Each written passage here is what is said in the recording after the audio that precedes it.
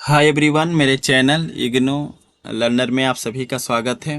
दोस्तों, मैं फिर से आप सभी के सामने एक बहुत ही मोस्ट इम्पॉर्टेंट प्रश्न लेकर आया हूँ।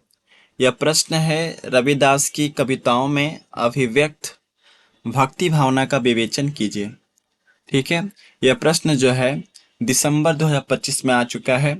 अगर विश्वास ना हो तो आप प्रीवियस ईयर का क्वेश्चन पेपर को डाउनलोड कीजिए, उसमें आप इस प्रश्न को देख पाएंगे। ठीक है, तो चलिए स्टार्ट करते हैं। सबसे पहले आपको आंसर के अंतर्गत लिखना है कि रविदास जी भक्ति काल के सबसे प्रमुख संत कवि थे। ठीक है, रविदास जी कौन थे? भक्ति काल के सबसे प्रमुख संत कवि थे। उनकी कविताओं में भक्ति, प्रेम, समानता और मानवता का संदेश मिलता है। उन्होंने संसार के सभी लोगों को सच्ची भक्ति का मार्ग अपने काव्य के माध्यम से दिखाया है। ठीक है, इसके अतिरिक्त उनकी भाषा जो है बहुत सरल है और सहज है। पैराग्राफ चेंज करके लिखना है कि रविदास की भक्ति भावना की विशेषताएं जो हैं निम्नलिखित हैं, जो इस प्रकार है। सबसे पहला है ईश्वर में विश्वास। इसमें आपको लिखना है कि रविदास जी भगवान और ईश्वर पर बहुत ही अटूट विश्वास करते थे। उनका मानना था कि संसार के प्रत्येक जगह पर ईश्वर मौजूद है, ईश्वर जो है निवास करता है। इसलिए मनुष्य को हमेशा ईश्वर का स्मरण करना चाहिए, ईश्वर को याद करना चाहिए। ठीक है, तो रविदास का ईश्वर में एक विश्वास था। दूसरा है निर्गुण भक्ति। इसमें आपको लिखना है कि रविदास जी भक्ति निर्गुण भक्ति था। रविदास जी का जो भक्ति था निर्गुण भक्ति था।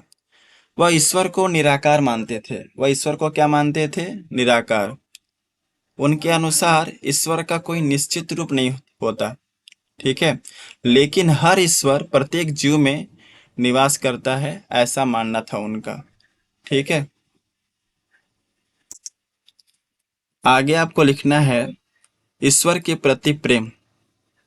इसमें आपको लिखना है कि रविदास जी की काव्य की सबसे महत्वपूर्ण विशेषता यह है कि उनके काव्य में हम भगवान के प्रति गहरा प्रेम देखते हैं। वे ईश्वर को अपना सबसे बड़ा सहारा मानते हैं। उनका प्रेम जो है सच्चा है और निस्वार्थ है।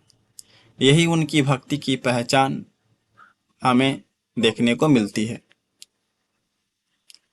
चौथा है आत्मसमर्पण की भावना। इसमें आपको लिखना है कि रविदास जी भगवान और ईश्वर को इतना ज्यादा प्रेम करते हैं कि वह स्वयं को ईश्वर के लिए समर्पित कर देना चाहते हैं, क्योंकि वह खुद को भगवान का सेवक मानते हैं। उनके प्रेम और भक्ति में हम निस्वार्थ की भावना देखते हैं। आगे है समानता का संदेश। इसमें आपको लिखना है कि रविदास जी कहते हैं कि संसार में जितने भी मनुष्य हैं, सभी मनुष्य जो हैं एक ही ईश्वर के संतान हैं। इसलिए प्रत्येक मनुष्य को समान दृष्टि से देखना चाहिए और सभी को समान अवसर उपलब्ध करना चाहिए। ठीक है, तो समानता का भी संदेश देते हैं। जातिवाद का विरोध। इसमें आपको लिखना है कि रविदास जी एक ऐसे व्यक्तित्व के मनुष्य थे जिन्होंने अपने रचनाओं के माध्यम से समाज में फैले हुए जातिवाद का विरोध किया। उनका मानना था कि किसी भी मनुष्य की पहचान जो है ना, उसके अच्छे कर्म से होती है, ना कि उसके जाति के आधार पर किसी व्यक्ति का पहचान होना चाहिए। तो वे जातिवाद कुछ विरोधी थे और अपने रचनाओं के माध्यम से जो है उन्होंने जातिवाद का क्या किया? विरोध किया। सेवेंथ नंबर है मानवतावाद की भावना। इसमें आपको लिखना है कि रविदास जी के काव्यों में प्रेम और दया का भी संदेश हमें मिलता है। वे समाज के लोगों को यह सीख देना चाहते हैं कि हमें सभी के साथ अच्छा व्यवहार करना चाहिए, क्योंकि मानव सेवा ही भक्ति का एक रूप होता है। इसलिए प्रत्येक मनुष्य को दूसरे मनुष्य का मदद और सहायता अवश्य ही करना चाहिए। तो मानवता की भावना इनके काव्यों में हमें देखने को मिलता है। आठवां है गुरु का महत्व। इसमें आपको लिखना है कि रविदास जी का मानना है कि इस संसार में गुरु ही एक ऐसा व्यक्ति है जो किसी भी शिष्य को सही मार्ग दिखाने का कार्य करते हैं। वह कहते हैं कि गुरु के ज्ञान से ही हमारा जीवन जो है सफल बनता है। इसलिए हमें हमेशा अपने गुरु का क्या करना चाहिए, सम्मान करना चाहिए। 9वां नंबर पॉइंट है सत्संग का महत्व। इसमें आपको लिखना है कि रविदास जी का मानना है कि हमें हमेशा अच्छे लोगों और संतों की संगति में रहना चाहिए, क्योंकि अगर हम अच्छे व्यक्ति के साथ रहेंगे तो हमें अच्छे विचार मिलेंगे। इससे हमारा मन जो होगा शुद्ध रहेगा और हम अच्छे तरीके से भक्ति कर पाएंगे। 10वां नंबर पॉइंट है प्रेम भक्ति का आधार।